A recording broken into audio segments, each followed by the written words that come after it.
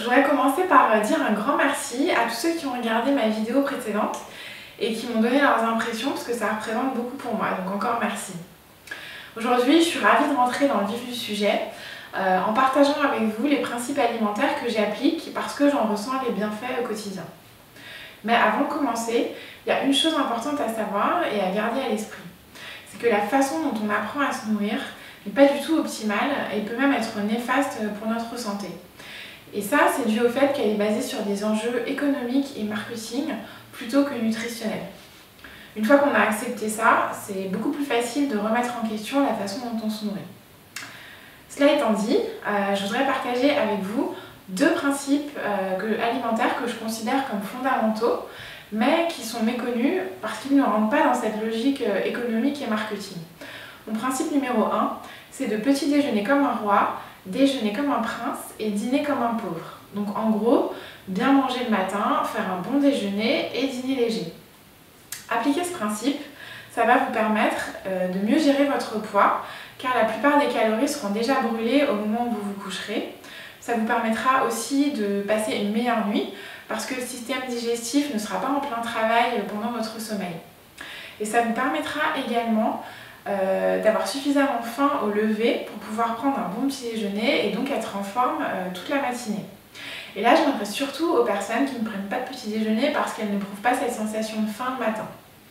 Sachez qu'en général, ça veut dire qu'on a dîné trop tard ou trop copieusement. Mon principe numéro 2, c'est d'équilibrer ses repas en fonction de leur pH. Pourquoi? Parce qu'un pH neutre, ça permet d'éviter toutes sortes de déséquilibres, notamment au niveau des reins, du système digestif et de la peau. D'un côté, il y a les aliments acidifiants et de l'autre, les aliments alcalinisants, qui sont l'opposé des aliments acidifiants. Donc concrètement, ça implique qu'un aliment très acidifiant, comme de la viande, donc un steak par exemple, devrait être accompagné d'un aliment très alcalin, comme des légumes verts, et non par des pommes de terre, puisque c'est aussi un aliment acidifiant.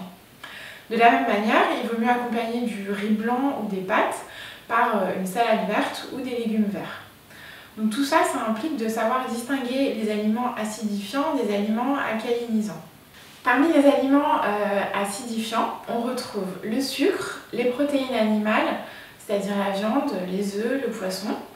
On retrouve aussi les noix et les graines, donc aussi le pain et tous les autres produits à base de farine, tels que les viennoiseries, les biscuits et les pâtes, puisqu'ils sont faits avec de la farine de blé et que le blé est une graine. Il y a aussi le thé noir, le café, l'alcool et les boissons gazeuses, ainsi que le vinaigre. Et parmi les aliments alcalins, on retrouve le miel, la plupart des fruits, la plupart des légumes verts, mais aussi le millet, le quinoa, le riz sauvage, mais aussi les amandes, le thé vert. De toute façon, vous retrouverez le détail des aliments alcalinisants et acidifiants dans le tableau qui est accessible dans le lien sous la vidéo. En consultant ce tableau, vous vous rendrez vite compte qu'on consomme en majorité des aliments acidifiants, alors qu'en moyenne, il est recommandé de viser 80% d'aliments alcalinisants et 20% d'aliments acidifiants pour avoir un pH neutre, donc proche de 7. Donc c'est l'inverse de ce que la plupart d'entre nous faisons actuellement. Le conseil que je vous donne, c'est dans un premier temps de viser 50% d'aliments alcalinisants et 50% d'aliments acidifiants, juste le temps de prendre le pli. Et ensuite d'introduire plus d'aliments alcalinisants une fois que vous vous sentez prêt. Je ne vais pas faire une liste exhaustive de tous les bienfaits qui découlent de l'observation de cette règle, parce que ça dépend beaucoup de l'état général de chacun, mais ce que je peux vous garantir, c'est que ce sera bénéfique à beaucoup de niveaux. Ça soulagera notamment vos reins qui n'auront pas à compenser pour l'acidité de votre régime. Ça préservera votre équilibre en calcium puisqu'il baisse beaucoup dans un environnement acide. Ça permettra aussi une meilleure digestion, une meilleure assimilation des nutriments et une meilleure gestion de votre poids. Ça contribuera également à améliorer vos problèmes d'eczéma et autres types d'irritation si vous en avez. Ça vous rendra plus énergique et ça devrait aussi aider vos problèmes de migraine, de stress, de concentration et de déprime puisque notre cerveau bénéficie aussi de ce que l'on mange, ce qui implique des conséquences au niveau de notre comportement, de nos pensées. Mais tout ça, c'est un sujet très vaste, donc j'en parlerai dans une prochaine vidéo.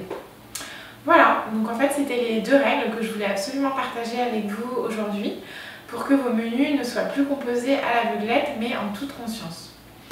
Donc je vous invite à commencer dès maintenant à réfléchir au menu de vos prochains repas à l'aide du tableau de classification qui est accessible en cliquant sur le lien sous cette vidéo.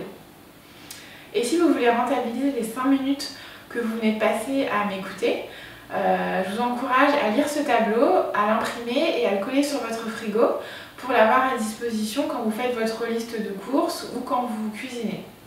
Vous pouvez aussi l'enregistrer dans votre téléphone pour l'avoir accessible quand vous êtes au restaurant, à la cantine ou en train de faire vos courses. Bon, j'avoue que ça demande une certaine discipline dans les premiers temps, mais on prend vite le pli, je vous assure. Dans ma prochaine vidéo, d'ici une quinzaine de jours, je vous parlerai d'autres principes alimentaires que je considère comme essentiels. Mais d'ici là, portez-vous bien.